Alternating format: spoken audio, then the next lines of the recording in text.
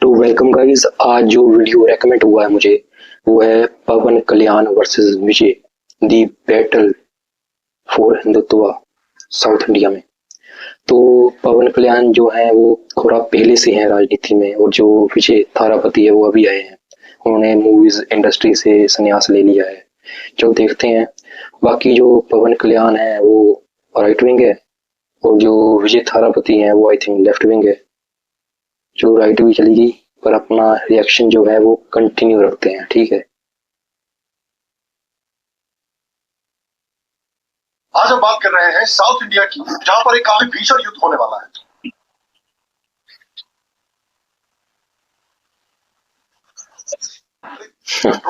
ऐसा नहीं, ideological war की बात कर रहा हूँ। सदर्न इंडियन स्टेट्स में इस समय पर आइडियोलॉजिकल बैटल लाइन्स ड्रॉ हो रही है। एक तरफ है हिंदुत्व के नए जनरेशन का आगाज,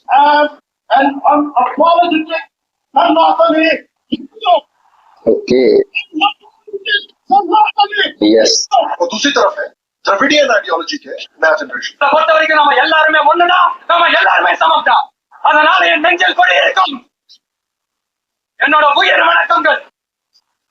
पवन कल्याण और विजय दोनों अपोजिंग आइडियोलॉजीज के नए सितारे हैं, जिन्होंने हाल में ही पॉलिटिकल अखाड़े में कदम रखा है। और ये दोनों आइडियोलॉजिकली एक दूसरे से उतने डिफरेंट हैं जितने अश्नीर ग्रोवर और ग्रोवर सलमान खान के सामने डिफरेंट है। जहां पवन कल्याण हिंदुत्व से इन्फ्लुएंस है और विजय पेरियार और द्रविडियन आइडियोलॉजी से इन्फ्लुएंस है। और तमिलनाडु में ही नहीं बल्कि सदर्न साइड में ये विचारधारा भी काफी फैल रही है। तो आइए हम बात करेंगे इस नए आइडियोलॉजिकल बैटल की, कैसे सदर्न इंडियन स्टेट्स एक आइडियोलॉजिकल बैटल ग्राउंड बन गए और क्या कंडीशंस हो सकते हैं जिससे कि एक साइड की विजय।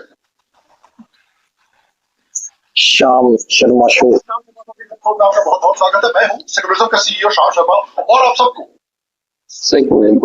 देखिए, जिन दो लोगों की हम बात आज करने जा रहे हैं, दोनों एक्टर्स टर्न्ड पॉलिटिशियन।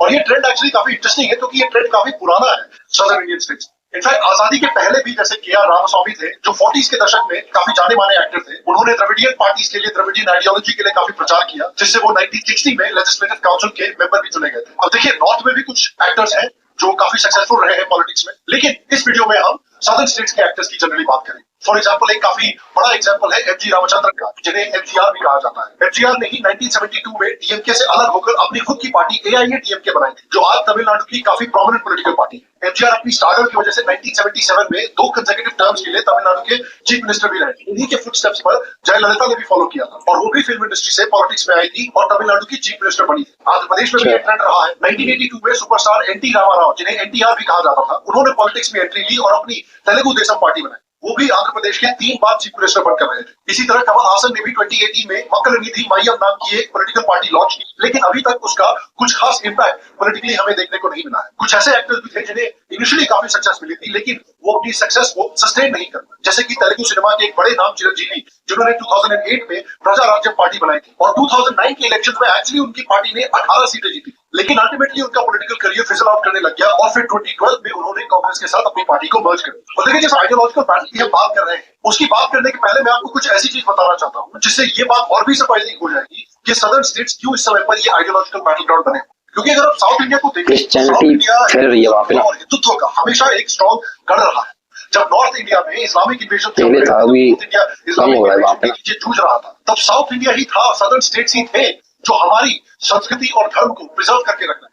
जब नॉर्थ इंडिया में इस्लामिक इन्वेडर्स ने बड़े बड़े मंदिरों को और लर्निंग सेंटर्स को तोड़ दिया, तब सदर्न इंडिया के ही किंगडम्स थे, सदर्न इंडिया के ही राजा थे, जिन्होंने इन कल्चर्स को, इन लिटरेरी और एजुकेशनल ट्रेडिशंस को बचा कर रखा हुआ। हमारे ग्रेट चोला और विजयनगर एम्पायर, जो पॉलिटिकली और मिलिटरली तो स्ट्रॉन्ग किंगडम्स थे ही, लेकिन भारतीय धर्म के और भारतीय लिटरेरी और एजुकेशनल परंपराओं को भी काफी उन्होंने प्रिजर्व किया। इनफैक्ट चोला एम्पायर के समय पर तो हिंदू धर्म का प्रभाव इंडिया से बाहर भी थाईलैंड, इंडोनेशिया, कैम्बोडिया और वियतनाम तक।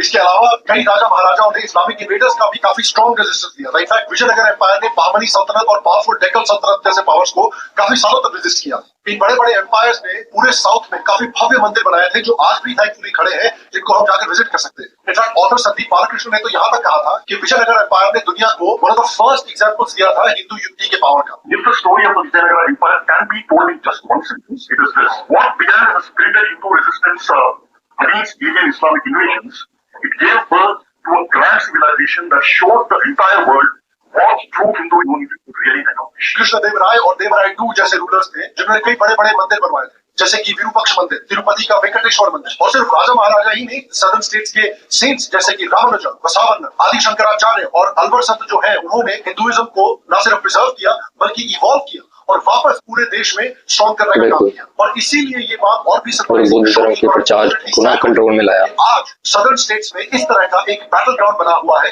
हिंदुत्व और एंटी हिंदू आइडियोलॉजीज के बीच। और इनके पीछे देखिए वही हाथ है जो हाथ जनरली सारी भसड़ के पीछे होता है। पहला है ब्रिटिश प्रोपेगेंडा, दूसरा है अनफॉर्चुनेटली कास्ट पॉलिटिक्स जो हिंदू कल्चर से भी निकल कर आया है, और तीसरा है इस्लामिक पोलराइजेशन। लेकिन पहले अगर ब्रिटिश प्रोपेगेंडा की बात करें तो उसने एक्चुअली काफी आउटसाइड रोल निभाया है सदर्न स्टेट्स में ये एंटी हिंदू फीलिंग डेवलप करने के। देखिए अंग्रेज जानते थे कि इंडिया जैसे बड़े देश पर कभी भी राज नहीं किया जा सकता जब तक इंडियंस यूनाइटेड, ये जरूरी माना नहीं है, सिखाना पड़ेगा प्रॉब्लम। तो देखिए कौन सा है? तो कास्ट का काफी प्रॉब्लम्स क्रिएट किए गए, हिंदू वर्सेस मुस्लिम के काफी प्रॉब्लम्स क्रिएट किए गए। सदर्न स्टेट्स में एक नई थ्योरी इजाद की गई, एक नया प्रॉब्लम इजाद किया गया जिसका नाम था आर्यन इन्वेजन थ्योरी, जो कि ब्रिटिश राज का एक बहुत केयरफुली प्लान प्रोपेगेंडा था। इस थ्योरी के जरिए ब्रिटिश ने इंडिया को नॉर्थ और साउथ में डिवाइड करने की कोशिश की। नॉर्थ इंडियंस को इन्वेडर्स यानी सेंट्रल एशिया से आए हुए आर्यंस बताया जाता था, और वही साउथ इंडियंस को, खासकर तमिलनाडु के लोगों को द्रविडियंस यानी भारत के ओरिजिनल इनहैबिटेंट्स बताया जाता था। इन्हें मूल निवासी भी कहा जाता था। एक नैरेटिव बनाया गया था कि ये जो बाहर से आए हुए आर्यंस हैं, इन्होंने भारत पर इन्वेजन किया, भारत में रह रहे इन मूल निवासियों को खदेड़ कर तमिलनाडु भगा दिया और बाकी भारत पर कब्जा कर दिया। अब देखिए साइंटिस्ट ने और हिस्टोरियंस ने काफी डिटेल इस बेसलेस आइडियोलॉजी को, इस बेसलेस प्रोपेगेंडा को थॉरली डिबंक कर दिया है। लेकिन इसके बावजूद अनफॉर्चुनेटली सदर्न स्टेट्स में, पर्टिकुलरली तमिलनाडु, ये द्रविडियन आइडियोलॉजी काफी जोरों से घर कर चुकी है और इस आइडियोलॉजी से बेस्ड कई सारे पार्टीज भी निकल कर आए। और अनफॉर्चुनेटली सदर्न स्टेट्स में कुछ कास्ट डिस्क्रिमिनेशन भी हमने देखी है, तमिलनाडु में, केरला में, कर्नाटका, आंध्रा जैसे स्टेट्स में, जिस वजह से ये जो थ्योरी है ये और भी कैल्सिफाई करती है। तमिलनाडु और आंध्रा में, केरल में मेन तो है डीएमके, एआईएडीएमके, वीसीके, एनटीके या कर्नाटका में अभी कंट्रोल है। द्रविडियन आइडियोलॉजी को भारत में प्रमोट करने के पीछे सिर्फ डिवाइड एंड रूल का ही गोल नहीं था, एक और बड़ा गोल था ब्रिटिश का कि इंडियंस को फिर क्रिश्चियनिटी में कन्वर्ट किया जाए। अब देखिए अंग्रेज तो चले गए, लेकिन उनके जो टट्टू है अभी भी उनका काम इसी तरह से कंटिन्यू कर रहे हैं। Chitpavananda, the famous educationist seer of Tamil Nadu, had recorded an interesting confession once by a Madurai bishop. It said that the Dravidian movement was a time bomb set by the church to destroy Hinduism. Now, though dramatic, this sentiment has actually played out a number of times. According to reports, Christian mafia इस समय पर बहुत active है तमिलनाडु में। In fact खासकर schools और colleges को इस्तेमाल किया जाता है, खासकर जो इकोनॉमिकली बैकवर्ड स्टूडेंट्स हैं उनको टारगेट करने के लिए और उनको कन्वर्ट करने के लिए। आप एक हिंदू फैमिली है, पूरा हिंदू फैमिली है, आपकी दीदी बीमार है, हस्बैंड बीमार है, आपके पास हॉस्पिटल नहीं है, जाने को पैसे नहीं, आप नहीं जा पा रहे। कोई हिंदू टेम्पल के पास ये पैसे, उनके पास कंट्रोल नहीं है कि वो हॉस्पिटल बना दे, लेकिन कोई मिशनरी हॉस्पिटल है, आपको वहां ले जाते हैं, आपको वहां ट्रीट किया। Suddenly, not so suddenly, in fact कई जगह क्रिश्चियन मेडिकल कॉलेज में भी होता है, not so suddenly, you have the priest speaking into all these emergency wards trying to convert. This is happening in CMC, you know. तो बाकी hospital होगा तो वो कहेंगे हमारा कोई दायित्व है, हम तो प्रोसेलिटाइज करेंगे, हमें तो कहा है। और इसी द्रविडियन आइडियोलॉजी या फिर नॉर्थ वर्सेस साउथ का जो प्रोपेगेंडा बनाया गया है उसका एक और बड़ा बाई प्रोडक्ट है लैंग्वेज वॉर। ये इंटेंशनली अगेन नॉर्थ और साउथ में एक डिवाइड करने के लिए बनाया गया है, जबरदस्ती हिंदी और संस्कृत में चाहिए हिंदुओं को बांटने के लिए क्रिएट किया गया है। अब देखिए नेशनल एजुकेशन पॉलिसी में हिंदी को एक एडिशनल लैंग्वेज के रूप में इंट्रोड्यूस करने के बाद साउथ इंडियन पार्टी जैसे जस्टिस पार्टी, डीएमके ने ऐसा नैरेटिव बनाया कि तमिल को रिप्लेस किया जा रहा है और वहां पर जबरदस्ती उनके तमिल को रिप्लेस करके हिंदी को इम्पोज कर दिया जाएगा, इसे हिंदी। लेकिन देखिए जैसे पंजाब में पंजाबी भी है और हिंदी भी है, वैसा होना चाहिए। हरियाणा में हरियाणवी भी है ताकि पूरे भारत में इंग्लिश के अलावा भी एक ऐसा होना चाहिए लैंग्वेज हो जो भारत की ओरिजिनल लैंग्वेज हो। Article 351 of the Indian constitution is part of the directive principles of state policy for promoting the Hindi language through out India. लेकिन इसके बावजूद तमिलनाडु में ये रेटरिक फैलाया गया है कि तमिल को हटाकर वहां पर हिंदी इंपोज कर दी जाएगी। इसलिए 1937 से लेकर आज तक तमिलनाडु में इस बात को लेकर 5 बड़े राइट्स हो चुके हैं। The JMU does a mega protest against any imposition of Hindi in central education institutions. On this note, South India, especially Tamil Nadu, has always been against Hindi push. There have been various protests from 1937 और ये interesting बात है कि इनको north India से, north Indian से इतनी नफरत है, वहीं ये पार्टी नॉर्थ इंडियन कंसल्टेंट्स को हायर करती है अपने इलेक्शंस को लड़ने के लिए। और इसी वजह से देखिए तमिलनाडु में जितनी भी प्रॉपर्टीज है उसमें जहां पर भी हिंदी सिंबल्स या हिंदी लैंग्वेज दिखता है उसको डैमेज किया गया था। आज उसी का एक रैबिड वर्जन हम कर्नाटका में भी देख रहे हैं, जहां पर गुंडे हैं जो नॉर्थ इंडियंस को पीट रहे हैं या नॉर्थ इंडियंस को अटैक कर रहे हैं या उनको धमकियां दे रहे हैं कि आपको कन्नड़ा बोलना पड़ेगा, बहुत मुश्किल है। अलाउ नहीं, आपको कन्नड़ा ही बोलना पड़ेगा। No, we will not. ये सब देखते हुए एकता नहीं आएगी।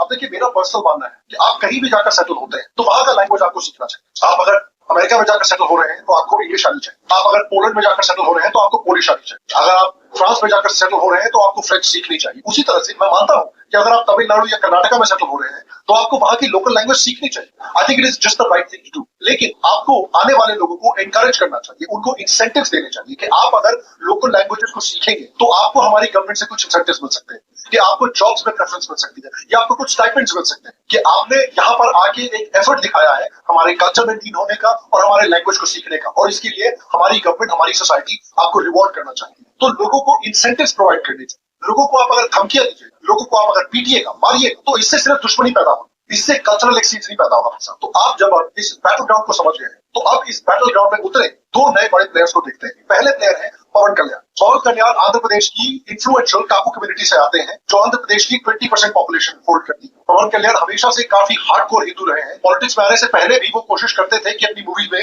जितना हो सके वहां अपने He is the best politician rising in South, according me, and according 100 crore people in India.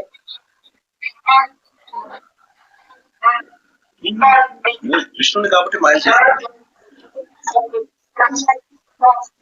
पवन कल्याण ने अपने पॉलिटिक्स करियर की शुरुआत 2008 में की थी, जब उन्होंने युवा राज्यम के प्रेसिडेंट के रूप में काम किया था, जो प्रजा राज्यम पार्टी का यूथ में था। लेकिन जब 2012 में पीआरपी को कांग्रेस के साथ वीडियो थोड़ा लंबा हो रहा है, मर्ज कर दिया इसको गया था, पार्ट्स में करूं या फिर पवन कल्याण ने खुद को पार्टी से पूरा अलग कर दूं? जी, पवन कल्याण हमेशा से प्रो हिंदुत्व थे और उन्हें ये बात पसंद नहीं आई थी कि वो ऐसे पार्टी में रहे जो हमेशा हिंदुओं को विलेनाइज करती है और माइनॉरिटी इंप्लीसमेंट करती है। इसीलिए 2014 में पवन कल्याण ने जनसेना पार्टी के नाम से खुद की पार्टी लॉन्च की और उस समय से उन्होंने हिंदुत्व पर स्ट्रॉन्ग स्टांस लिया है और हिंदुत्व को काफी प्रमोट भी किया है। पवन कल्याण ने फ्री टेम्पल मूवमेंट पर क्लियर स्टैंड लिया है। Hindus temple should be controlled only by Hindus. पवन कल्याण ने वक्फ बोर्ड जिस तरह से जमीन को हड़पती है उसके खिलाफ भी एक कड़ा स्टैंड लिया है। पवन कल्याण आरएसएस को भी काफी प्रेस कर चुके हैं। ఆర్ఎస్ఎస్ లో ఒక ఫ్లోట్ చేసిన ఒక పార్టీ సంఘ్ నుంచి చాలా మంది నాయకులు వచ్చి నిస్వార్థం చేసి వెళ్ళిపోతారు, వాళ్ళు గుర్తింపుకోవడం जनरल सेक्रेटरी అవుతారు। पवन कल्याण सोशल जस्टिस और डेवलपमेंट पर भी काफी फोकस रहे हैं। वनथाना में इलीगल माइनिंग जो एनवायरमेंट को डायरेक्टली डैमेज कर रही, उसके अगेंस्ट भी पवन कल्याण ने काफी रेजिस्टेंस किया था। अपने स्टेट में फार्मर्स के लिए भी पवन कल्याण ने आवाज उठाई थी। अगर आप पवन कल्याण की डिटेल बैकग्राउंड और उनकी आइडियोलॉजी के बारे में और डिटेल में जानना चाहते हैं तो यहाँ पर या डिस्क्रिप्शन में क्लिक करके आप हमने जो पवन कल्याण पे एक प्रोफाइल वीडियो किया था उसको जाकर देख सकते हैं। और इसी pro nationalist pro Hindu ideology की वजह से पवन कल्याण को इस लोकसभा इलेक्शन में 100% स्ट्राइक रेट के साथ क्या बात है। जनसेना पार्टी ने 21 सीट्स पर 21 और इक्कीस में क्या बात है, तो मुझे पता नहीं है। 2024 के लोकसभा इलेक्शन में इमर्ज हुए थे। और अभी हाल में ही अगर आप महाराष्ट्र इलेक्शंस को देखें तो वहां पर भी पवन कल्याण का एक काफी इंपॉर्टेंट रोल रहा था। उन्होंने महाराष्ट्र में बीजेपी के लिए काफी प्रचार किया था और जहां जहां पर उन्होंने प्रचार किया है वहां पर बीजेपी ने बहुत अच्छा परफॉर्म किया। इनफैक्ट उन्होंने बजरंग दल से इंस्पायर्ड होकर अपनी पार्टी में एक नई विंग की अनाउंसमेंट की है जिसका नाम है नरसिम्हा वरही ब्रिगेड, जो सनातन धर्म के एक प्रोटेक्शन विंग की तरह काम करेगी। News coming in right now that Janasena is all set to launch a Narasimha Varahi wing in order to strike for the protection of Sanatan Dharma. इतना ही नहीं, उन्होंने बांग्लादेश में हिंदुओं के हो रहे नरसंहार पर भी आवाज उठाई है। उन्होंने बांग्लादेश में इस्कॉन पुजारी चिन्मय कृष्णदास के अरेस्ट को भी ओपनली कंडेम किया है। बांग्लादेश के ऊपर तो मैं वीडियो कर नहीं सकता, वो नहीं देखा जाता। बीजेपी दिल्ली में करीब 3 लाख लोगों के जुटने का दावा किया गया।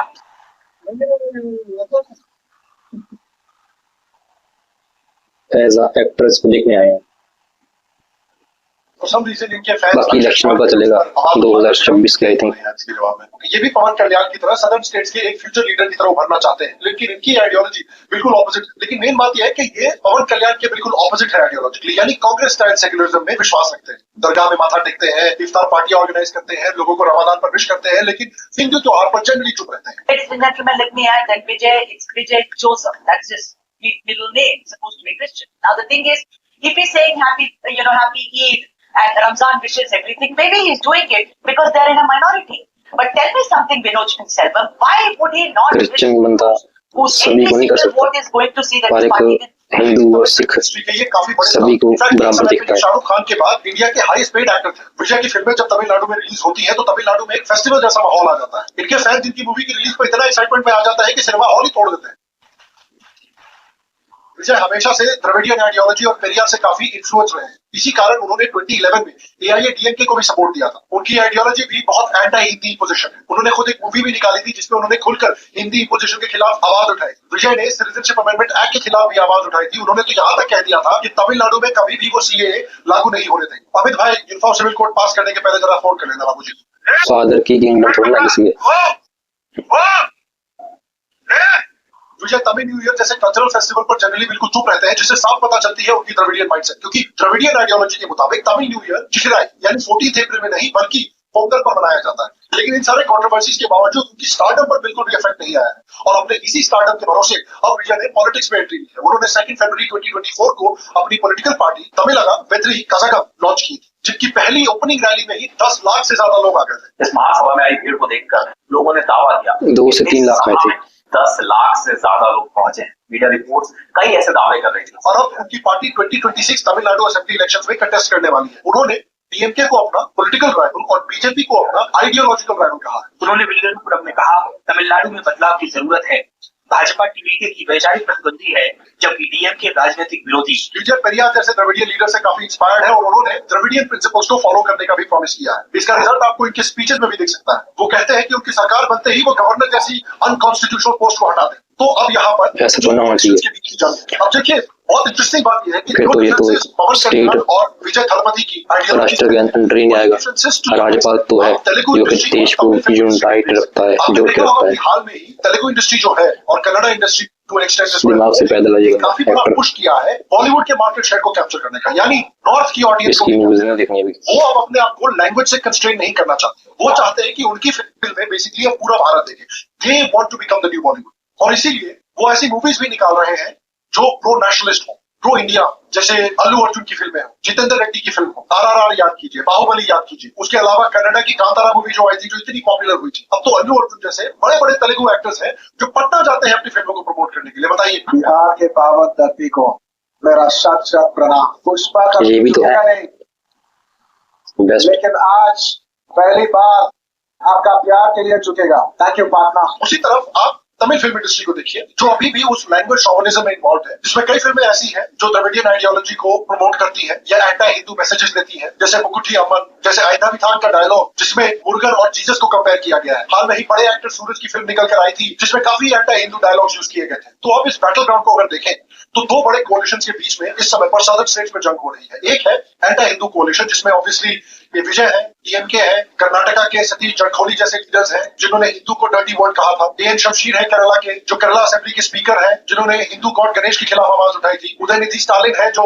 सनातन धर्म को ही खत्म करना चाहते हैं। डीके शिव कुमार है जिन्होंने कहा था कि मंदिरों को फ्री करना एक हिस्टोरिकल ब्लंडर होगा। जी परमेश्वरन है कांग्रेस के कर्नाटका होम मिनिस्टर जिन्होंने एंटी हिंदू स्टेटमेंट्स दिए हैं। सीपीएम के लीडर्स हैं जो राम मंदिर को एंटी हिंदू बताते हैं। कमल हासन है, वो काफी समय से काफी हिंदू फोबिक कमेंट देते हुए आ रहे हैं। इनके अगेंस्ट है भारत के प्रो नेशनलिस्ट और प्रो हिंदू लीडर्स साउथ के, जैसे कि केरला के Anil Antony, veteran Congress leader AK Antony के बेटे जिन्होंने हाल में ही बीजेपी को ज्वाइन किया है और नेशनल सेक्रेटरी के तौर पर काम कर रहे हैं। I am very honored and humbled by the confidence and the support that was shown by the leadership in me.